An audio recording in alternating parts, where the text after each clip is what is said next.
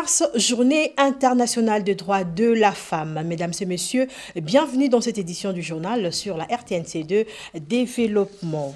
Célébration de la journée internationale des droits de la femme en République démocratique du Congo. Le Premier ministre Jean-Michel Sama Lukonde Kyenge a honoré les femmes congolaises en participant à un culte d'action de grâce organisé en la cathédrale du centenaire de l'Église du Christ au Congo. Et ceci, il était question pour le peuple congolais d'implorer la miséricorde divine pour barrer la route contre toute tentative de déstabilisation du pays. Axel Kayongo et bienvenue Mayala, c'est ce reportage. Vêtues de noir, elles ont toutes répondu présentes ce vendredi 8 mars 2024 à l'appel de la ministre du Genre, Famille et Enfants, non pas pour festoyer, mais pour intercéder en faveur de tous les Congolais qui périssent injustement dans l'est du pays. Les autorités tant civiles que militaires, membres de la société civile et les associations de défense des droits de femmes étaient présents. La particularité de la célébration du 8 mars de cette année est des prières adressées à Dieu dans une communion fraternelle. L'enseignement du jour était tiré du livre d'Esther, chapitre 2, versets 1 à 6. Texte qui illustre la bravoure de la servante de Dieu Esther qui a rassemblé les enfants d'Israël pour gêner afin de combattre les ennemis du peuple de Dieu. Investir en faveur de femmes pour accélérer le développement. Cette thématique a justifié la présence du Premier ministre Jean-Michel Sama Lukonde, venu au nom du chef de l'État Félix Tshisekedi, champion de la masculinité positive. Dans son mot, Sama Lukonde a rassuré les femmes congolaises quant à la détermination du gouvernement à rétablir la paix dans la partie est du pays. Sur ces mots que je vais conclure mon propos, simplement en demandant à Dieu de continuer à bénir la République démocratique du Congo, son président et toute sa population. Face au silence de la communauté internationale, l'évêque Ejiba Yamampia a déclaré dans sa prière que toutes les nations seront rassemblées pour combattre le Congo, mais l'Éternel des armées les anéantira et combattra pour nous. Nous sommes là pour défendre les femmes en général. Comme aujourd'hui c'est le 8 mars, nous sommes venus commémorer la journée internationale des femmes. Nous suivons les actualités, nous savons que l'Est de notre pays est martyr aujourd'hui. Il y a un génocide qui ne dit pas son nom qui se passe là-bas. Voilà pourquoi aujourd'hui, le 8 mars a été mis sous le signe de deuil. À noter que cette célébration s'est clôturée après un appel de fonds mobilisé en faveur des compatriotes victimes de la guerre dans l'Est de la République démocratique du Congo. Commencé sous un signe de la prière et deuil, plusieurs structures et associations de défense des droits de la femme sont montées au créneau pour dénoncer le génocide perpétré par les rebelles du M23 appuyés par l'armée rwandaise. Elles ont réagi au micro d'Axel Kayongo. Nous avions choisi à le célébrer en tenue noire parce que nous pleurons, nous sommes en deuil. Nous sommes en deuil, nous avons perdu nos amies femmes à l'est du pays. Et c'est ce qui fait que nous avions transformé cette journée festive à une journée de deuil. J'ai dit à nos mamans, les femmes de l'Est, nous sommes ensemble avec vous. Nous prions pour la paix générale de notre pays et surtout particulièrement de l'Est. Aujourd'hui, les Congolais n'est plus dupe. Les Congolais savent ce qui se passe au juste et c'est pour ça qu'ils ont voulu faire passer le message à travers le refus du discours du représentant de l'ONU. Avec le droit de la femme, elle va garantir la stabilité, elle va participer à la res publica, à la gestion de la chose publique, pour qu'ensemble nous puissions mettre un terme à ce qui se passe à l'Est. En ayant une mémoire pieuse à nos frères et sœurs qui sont à l'Est du pays, qui ont connu beaucoup d'agressions, avec cette guerre qui nous est imposée par le Rwanda, Et voilà, pour manifester maintenant cette présence-là, c'est pourquoi nous sommes habillés en noir et nous représentons aussi notre entreprise en même temps. Nous, les femmes, nous disons non à la guerre, non au massacre, non à la violence, non aux tueries, non à la balkanisation. 12 millions de morts, c'est trop. C'est trop. Et les silences de l'ONU, les silences de toutes les puissances du monde, veut dire quoi? Et aujourd'hui, nous, les mamans, nous sommes levés comme un seul homme pour dire trop, c'est trop. Nous ne voulons plus de la guerre en RDC. Nous ne voulons pas la balkanisation. La RDC restera un et indivisible. Oui. Nous voulons la paix. Journée internationale des droits de la femme, on en parle avec cette marche doublée de messes de soutien aux victimes des atrocités de l'Est de la République démocratique du Congo. La dite célébration porte la signature des femmes du doyenné Saint-Pierre. C'était ce vendredi 8 mars au commentaire de Christ Soumoula. Ces femmes du doyenné Saint-Pierre ont tenu à compatir de manière assez particulière avec les victimes des atrocités dans la partie est de la République démocratique du Congo. Mais avant de parcourir les différentes artères de la ville de Kinshasa, petite séance de sensibilisation et de conscientisation. S'en est suivi la marche de soutien proprement dite. Partie de la paroisse Sainte-Anne, ces femmes intercédaient chemin faisant la miséricorde de Dieu. Elles ont parcouru les différents axes routiers du boulevard 30 juin, passant par la Grande Poste, l'arrêt Sonas, Régie des Eaux, le cimetière, pour enfin chuter à la cathédrale Notre-Dame du Congo, sur l'avenue de la Libération. Cette guerre-là, d'abord en soutenant nos forces armées, nos vaillants militaires qui combattent pour nous, en dénonçant l'injustice que nous vivons dans notre pays vis-à-vis de la communauté internationale, nous pouvons dire ça comme ça, qui ne réagissent pas, ils laissent les gens mourir, les mamans meurent, les filles meurent, les papas, c'est toute la population de la RDC qui est décimée à l'est de notre pays. Voilà, en ce jour de 8 mars, qui est une journée spéciale pour les femmes, nous nous sommes dit, nous mamans catholiques du doyenné Saint-Pierre, que nous devrons pleurer avec les mamans de l'Est. Nous devons pleurer avec toute la République du Congo. Parce que la République du Congo, c'est vrai, nous sommes en deuil. Il y a nos frères et sœurs qui tombent. Nous ne pouvons pas rester là, les mains croisées, en disant que non, de Kinshasa à Goma, c'est autant de kilomètres. Non, ils sont proches de nous et nous sommes proches d'eux. C'est à travers un culte spécial que ces femmes du doyenné Saint-Pierre ont bouclé en toute beauté ce moment de célébration du droit de la femme et de soutien aux victimes de l'Est de la République démocratique du Congo. Occasion pour l'officiant du jour de marteler une fois de plus sur le rôle de Marie, Mère de Jésus, pour le bien-être de l'humanité.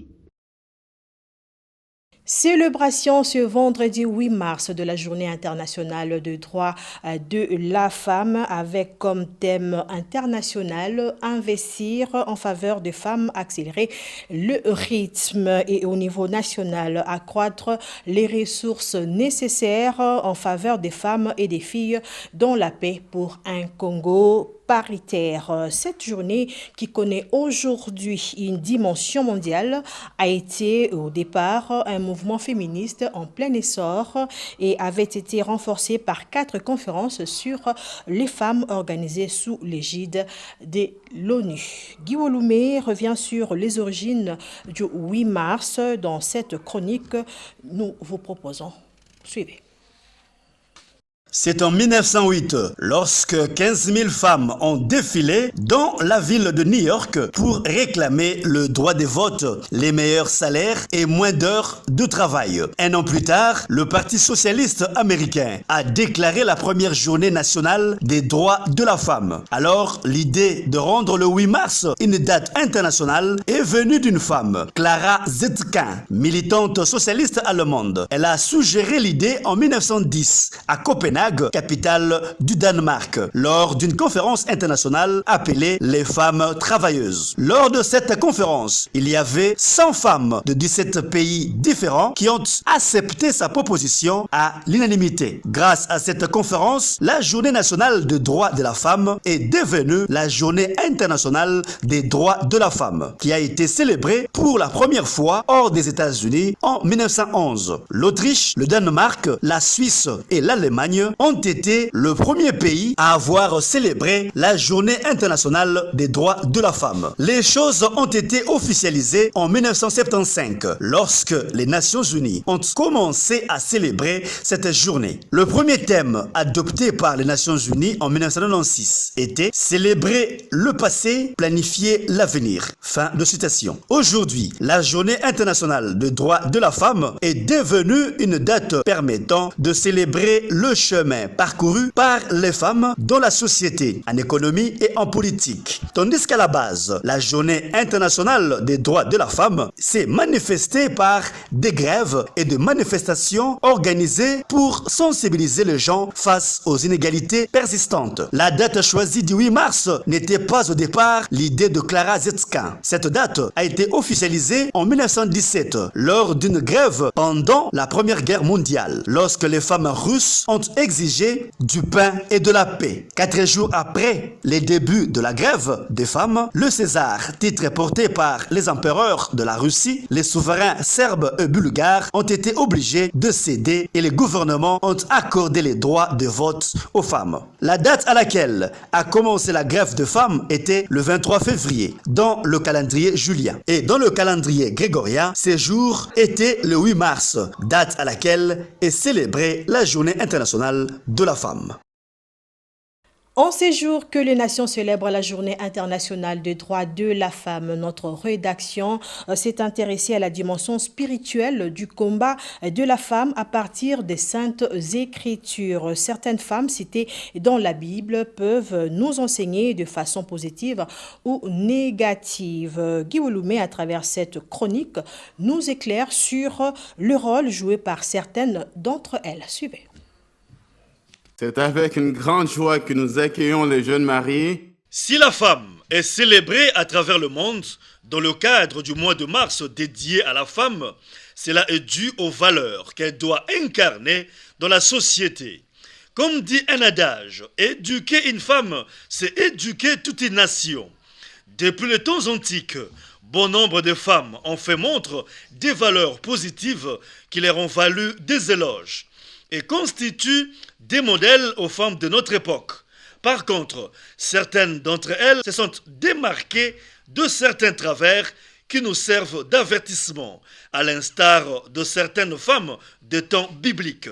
À l'occurrence, Sarah, femme d'Abraham, qui a manifesté un attachement indéfectible à l'égard de son mari en acceptant de quitter les conforts d'une maison à Our où ils habitaient pour aller vivre en nomade sous des tentes. Voilà un modèle de soumission pour les femmes actuelles. Une autre femme de valeur, Ruth, qui a fait preuve de fidélité à l'égard de sa belle-mère, Naomi, qui, en dépit de changement de sa situation sociale, a accepté de la suivre après la mort de son mari. Abordons à présent l'exemple de la belle reine Esther, qui, lors d'un concours de beauté, gagna et joua un rôle remarquable dans la diplomatie auprès d'Assuérus, roi de Perse, son mari, pour sauver la vie de son peuple d'un complot visant l'extermination des Juifs. La reine Esther incarne ainsi deux valeurs louables comme le courage et bonne conseillère, autant de qualités qui doivent inspirer les femmes d'aujourd'hui, notamment celles qui évoluent auprès de leur mari qui assument de hautes fonctions politiques. Il y a tant d'autres femmes de valeur comme Abigail, Rahab, Déborah, Marie-Mère de Jésus, Anna, pour ne citer que celles-là. Malheureusement, la Bible regorge aussi d'exemples négatifs des femmes qui ont mal agi. Ève, la première femme qui a vécu sur terre, a pris une décision lourde de conséquences sans consulter au préalable son mari, induisant ainsi en erreur Adam à manger les fruits de l'arbre défendu. Terminons avec la femme de Lot, transformées en colonnes de sel, pour n'avoir pas suivi des instructions angéliques lors de la destruction des villes de Sodome et de Gomorrhe. Tous ces exemples bibliques illustrent bel et bien, parmi tant d'autres, les rôles qu'une femme doit jouer dans la société, à travers les valeurs qu'elle doit incarner pour la bonne marche de sa famille et pour son peuple. Car un proverbe biblique dit, je cite, « Une femme capable a bien plus de valeur que les coraux. Vive la femme !» Journée internationale de droits de la femme à Kinshasa. Les femmes de la maison de la société civile MESOSI se sont réunies ce jeudi à CEPAS pour réfléchir sur les conséquences néfastes de l'utilisation abusive de réseaux sociaux qui touchent à cette gente féminine et aussi parler de la guerre de l'Est de la République démocratique du Congo qui touche surtout les femmes et les enfants. Les détails avec Jemima Diane Mogo. C'était une occasion pour la maison de la société civile, mais aussi en sigle, de célébrer cette journée avec un atelier de réflexion sur la femme congolaise et sur le thème basé sur le numérique, la paix et l'autonomisation de la femme. On parle de numérique, il y a certaines femmes aujourd'hui ne comprennent pas ce qu'est le numérique, comment utiliser le numérique, comment maximiser leur centre d'intérêt. D'où il fallait vraiment essayer de parler les avantages et les désavantages du numérique. On a démontré les avantages qu'apporte le numérique. Là, on parle de réseaux sociaux. Avec les réseaux sociaux aujourd'hui, il y a la rapidité de l'information. Mais aussi, on a démontré le désavantage de ces réseaux sociaux. Aujourd'hui, le réseau social, c'est comme si c'est devenu un centre querelleux. Ça n'apporte à rien aux femmes qui sont dans ces genres de situations où il faut passer insulter. Nous les femmes, par rapport à notre respect et éducation, on doit éviter pour que ça ne puisse pas nous salir. Rappelons que les femmes de cette organisation non gouvernementale ont commencé cette journée par une marche de santé, question de soutenir les femmes de l'Est qui sont secouées par la guerre dans cette partie de la RDC. Changeons de chapitre pour parler politique. Marie-Thérèse Masuka Saini et Clément Mofundi, respectivement du regroupement A24 et de l'UDPS Tshisekedi, ont été officiellement présentés comme tickets gagnants de l'Union sacrée de la nation comme gouverneur et vice-gouverneur. C'était au cours de l'audience accordée par Augustin Kabouya, membre du présidium de l'Union sacrée de la nation, hier jeudi. Suivez. Le ticket Union sacrée de la nation est enfin connu de manière officielle. Il s'agit de Marie-Thérèse Masuka Saini, candidate gouverneur pour le compte du regroupement politique A24 et Clément Mofundi, candidat vice-gouverneur pour le compte de l'UDPS Tshisekedi. La nouvelle est sortie des tractations politiques de ce jeudi 7 mars 2024 au cours de l'audience accordée par Augustin Kabouya, membre du présidium de l'UCN et secrétaire général de l'UDPS Tshisekedi, à la gouverneure intérimaire du Lualaba, qui a conduit à Kinshasa les députés provinciaux de la plateforme politique qui porte son nom. Les députés provinciaux de l'UDPS Tshisekedi étaient aussi de la partie. Augustin Kabouya en a profité pour prodiguer des sages conseils à Marie-Thérèse Masuka Saini, à son colistier Clément Mofundi, ainsi qu'aux élus provinciaux du Lualaba, les invitant à toujours privilégier le dialogue en cas de différend pour la stabilité de la province cobaltifère. À l'issue de ces fructueux échanges, Masuka Saini a annoncé la nouvelle à la presse. Dieu merci, nous sommes sortis satisfaits et nous rendons grâce à Dieu pour cette bonne nouvelle et les conseils de l'honorable Kabouya, l'informateur. Nous voulons rassurer la province du Lualaba que nous avons un ticket de paix, un ticket qui réunit tous les enfants de la province. C'est aux environs de 19h heure locale que ces délégations, les députés provinciaux du Lualaba, ont quitté le quartier général Augustin Kabouya Chilumba dans la capitale de la RDC dans une atmosphère de satisfaction. Dans les prochaines semaines, l'on assistera aux élections des sénateurs, gouverneurs et vice-gouverneurs dans les différentes assemblées provinciales de la République démocratique du Congo. Les différentes parties concernées sensibilisent déjà contre la corruption pendant ces scrutins. On en parle dans ce reportage de Jemima Diane Mogo. À l'approche des élections des sénateurs, gouverneurs et vice-gouverneurs, la centrale électorale interpelle les différentes parties concernées par ce processus électoral afin de bannir tout mécanisme ou toute tentative de corruption ou tricherie. En lice pour la sénatoriale, Kake Boulindi soutient cette démarche de la CENI. Donc, nous avons parlé avec le président de la CENI pour lui parler de certaines pratiques de la corruption et de la tricherie qui se sont transformés en coutume en République démocratique du Congo. En fait, dans les élections du second degré, les corrupteurs qui est candidat sénateur ou candidat gouverneur ou candidat vice-gouverneur pour certains, ils donnent l'argent aux corrompus qui seraient peut-être aussi pour certains un député provincial. Ils lui demandent de lui amener un support justifiant le fait qu'il a voté au fait. Donc, il capture la photo lors du vote.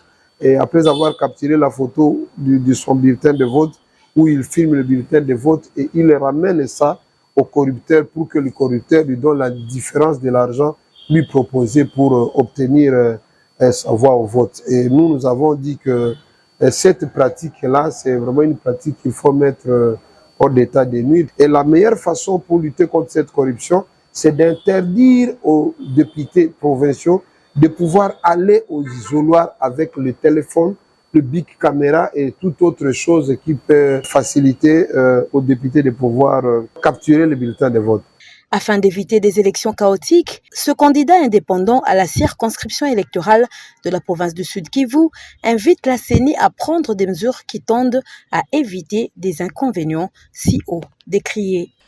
Prétendu détournement à l'Assemblée provinciale de Kinshasa, Amos Mbokoso Honoré, président du bureau provisoire de cette instance, délibérant dément formellement avoir détourné près de 300 000 $ américains des fonds destinés au fonctionnement de l'Assemblée provinciale de Kinshasa. C'était à l'issue de la plénière jeudi 7 mars. Il est au micro d'Aurélie Mazongelo.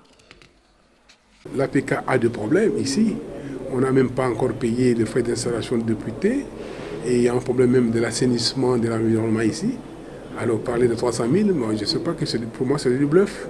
Ça n'engage que leurs auteurs. Moi, depuis que je suis ici, je n'ai pas encore reçu 300 000. Je ne sais pas d'où ça vient cette information. Alors quand il n'y a pas de moyens pour parler de 300 000, ça veut dire quoi? C'est paradoxal. Moi, je suis ici, et puis de toute façon, moi, je considère que c'est un peu un théâtre qu'on est entré. Moi, je ne fais jamais un théâtre, moi, je suis très serein. Et moi, je tiens beaucoup à ma réputation. Ce n'est pas la première fois que je suis en train de gérer. Donc, par rapport à mes projets, par rapport à mon avenir, je dois faire un effort pour être correct vis-à-vis des députés, vis-à-vis de l'Assemblée provinciale et vis-à-vis du peuple quinois, parce que je suis un député élu de Kinshasa. Je n'ai même pas encore consulté le budget de l'APK. Je n'ai pas consulté le budget de l'APK, donc je ne parle pas de l'argent aujourd'hui. Quand vous n'êtes pas sûr de votre information, aujourd'hui on parle de détournement de 300 000 $. Moi, je n'ai jamais eu l'argent, 300 000, depuis que je suis ici. Les députés, il y a un député même qui a un problème ici, qui a un cas de maladie. Il demande 7 000 $. Alors, si les députés cherchent 7 000 $ qu'on n'a pas, comment on va parler de 300 000 $? Donc, ce sont des rumeurs qui n'engagent que leurs auteurs. Moi, je suis serein, je viens de présider la plénière d'aujourd'hui, donc je n'ai pas de problème. Irrégularité par rapport à quoi? Il ne revient pas à l'Assemblée provinciale de relever les irrégularités. Ce dossier ne nous concerne pas. Nous recevons le dossier de la CENI. Nous ne sommes pas là pour constater si un dossier a été irrégulier ou s'il est régulier. Ce n'est pas l'affaire. Ça n'a rien pas de la compétence de l'Assemblée. Alors si vous constatez qu'on dit qu'il y a des irrégularités, encore une fois, ça n'engage que leurs auteurs. Quant à moi, en tant que président de l'Assemblée, ce problème ne me concerne pas. Moi, je m'en tiens aux documents qui m'ont été envoyés par la CENI. Et dans la salle, il y avait la présidente de la CENI. Donc pour moi, en tout cas, je suis contre ce rapport-là fait par la commission. Je suis en train encore une fois d'écrire à la CENI aujourd'hui même pour que la CENI nous confirme si son rapport a été correct et s'il y a des irrégularités dans ce rapport-là. Ça, ce n'est pas un problème. La loi dit, pour tout contentieux électoral, il faut aller se référer à la cour, aux cours des tribunaux.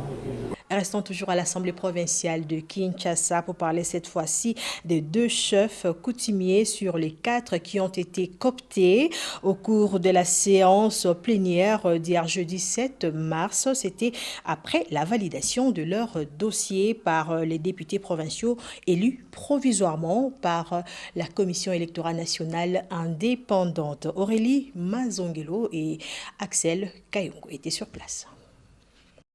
Il s'agit des chefs coutumiers David Matadi Kibala et André Ndola Luzaya Dio. Les 2 représentent respectivement les districts de la Lukunga et de la Tchangou. Cooptés ici à l'Assemblée provinciale de Kinshasa, après validation de leur dossier, Matadi Kibala promet de travailler pour l'intérêt de la population. On avait la Kinshasa, de retravailler pour l'intérêt de la ville et puis particulièrement pour la communauté Tekeumbu. Et puis te mettre vraiment hors des athées. Vous comprenez? Et puis voilà quoi. Donc le reste, peut-être montant à vous expliquer. Vos esprits ont déjà monté. Les 2 autres chefs coutumiers n'ont pas été cooptés à la suite des irrégularités constatées dans leur dossier par la commission spéciale mise en place. Moi, étant président de la commission, j'ai soulevé les irrégularités et j'ai simplement demandé à la CENI de revoir le dossier et de nous le renvoyer. Et nous devons d'abord travailler sur ces irrégularités. Au cours de la même plénière, l'Assemblée provinciale de Kinshasa a également validé les mandats des suppléants en remplacement de leurs titulaires qui ont décidé de siéger à l'Assemblée nationale. Parmi ces suppléants, on note Roland Kikunda qui remplace Jean-Goy Mvunzi et Baba Kamfanzu en remplacement de Patrick Mouyaya. S'agissant des irrégularités constatées pour le groupement de Maluku Axe 1 et 2, le bureau provisoire a décidé d'adresser une correspondance à la Commission électorale nationale indépendante pour plus de précisions. Et en santé, sachez que les troubles dentaires préoccupent plus les spécialistes, tenant compte du nombre de cas connus ces derniers temps. Les reconnaître au bon moment serait le premier moyen de leur prévenir pour éviter les complications. Plus de précisions avec Elodie Kapinga et Mike Mundala. La carie dentaire étant une maladie infectieuse devient de plus en plus fréquente dans nos milieux, précisément dans la capitale RD congolaise. Dans bien des cas, les patients se livrent à la pratique de l'automédication en utilisant parfois des plantes traditionnelles pour calmer les douleurs. Cette maladie, qui atteint presque toutes les couches de la population, nécessite un diagnostic approprié pour connaître le type d'infection afin de bien le traiter, tel que le docteur Camizelo Edouard, spécialiste en dentisterie à l'hôpital Saint-Joseph, nous l'a signifié, surtout que certains patients prennent avec légèreté cette pathologie. L'inflammation étant une réaction physiologique de l'organisme face à un agent agresseur, vous prenez un anti-inflammatoire, vous arrêtez l'inflammation, vous ne voyez pas les chirurgiens dentistes, vous allez penser comme si l'infection est partie. Donc on a supprimé l'infection, mais l'inflammation, mais l'infection évolue à bas bruit. Dire les plantes traditionnelles peuvent soigner les maladies de la bouche, ça c'est faux. Je donnerai un bon conseil à nos compatriotes qui nous suivent. Les maladies bucco-dentaires sont classées parmi les maladies chroniques, selon l'OMS. Toute personne, que vous soyez malade ou pas, consultez les médecins dentistes 2 fois l'an pour le dépistage. Parce que les complications parfois sont fatales. Signalons que les infections dentaires occasionnent des cas plus graves qui amènent les patients même à perdre leur vie. Voilà pourquoi les spécialistes qui traitent les dents recommandent au gouvernement congolais de prendre au sérieux cette pathologie au même titre que celle fréquente au pays. Tous les médecins dentistes que vous voyez en Afrique centrale sont des médecins dentistes formés généralement ici au Congo. Mais regardez comment la médecine dentaire est vraiment en arrière, sabotée, négligée. Alors si le gouvernement pouvait mettre les paquets pour les soins bucco-dentaires, tout le monde allait savoir c'est quoi la dentisterie. Dans toutes les universités du pays où est organisée la dentisterie, les autorités académiques doivent se rassurer que les apprenants dans cette filière bénéficient d'une formation de qualité de la part des encadreurs et faire la promotion de cette filière qui semble être moins connue par plusieurs. Voilà, mesdames et messieurs, découvrons à présent d'autres facettes de l'actualité à travers le colonne de journaux paru ce vendredi 8 mars dans la capitale congolaise, dans une sélection et commentaires de Freddy Kabengele. Revue de presse tout de suite.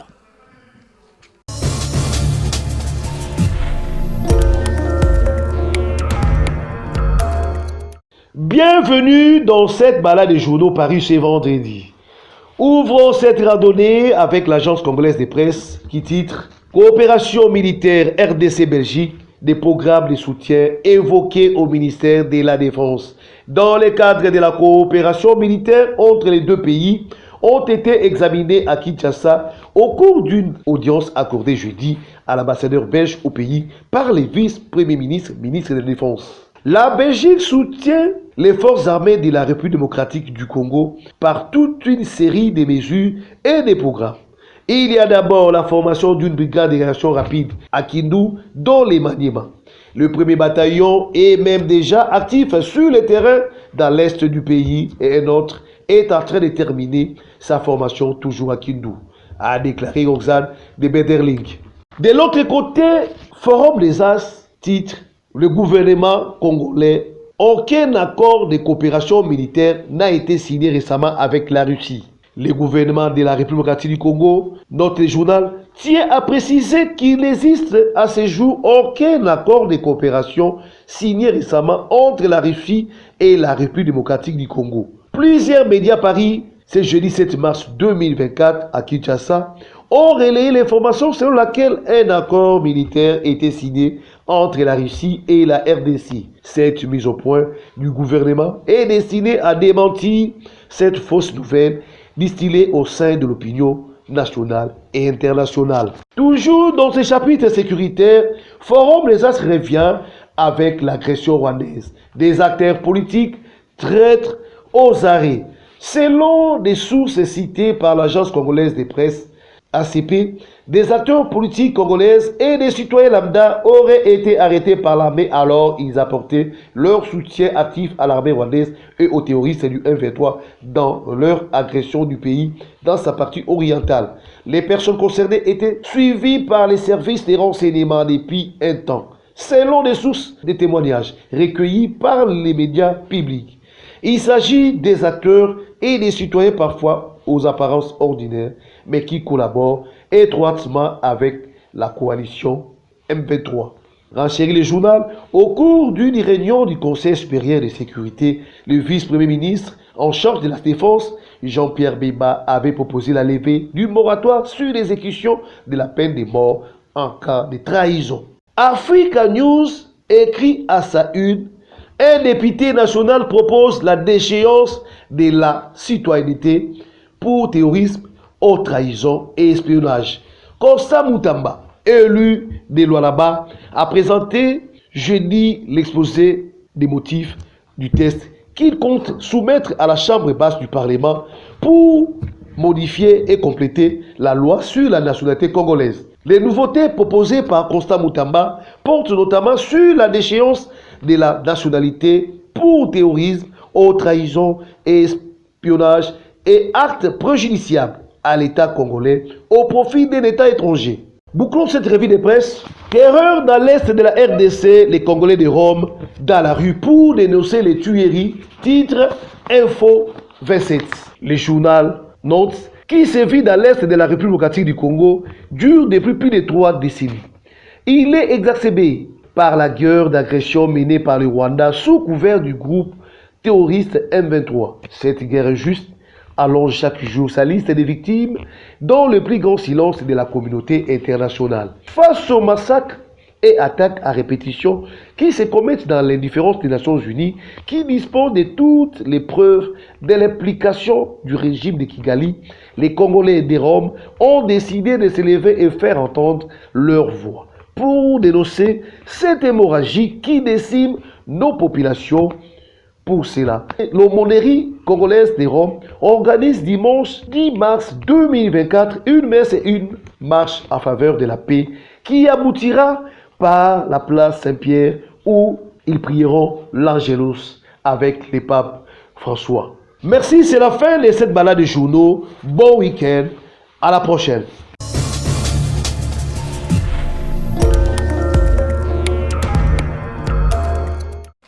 C'est par cette revue de presse que nous bouclons complètement cette édition du journal. Merci à toutes et à tous de l'avoir suivi et surtout bonne suite de programmes en compagnie de la RTNC2 Développement. Au revoir et à demain et surtout avec le même plaisir.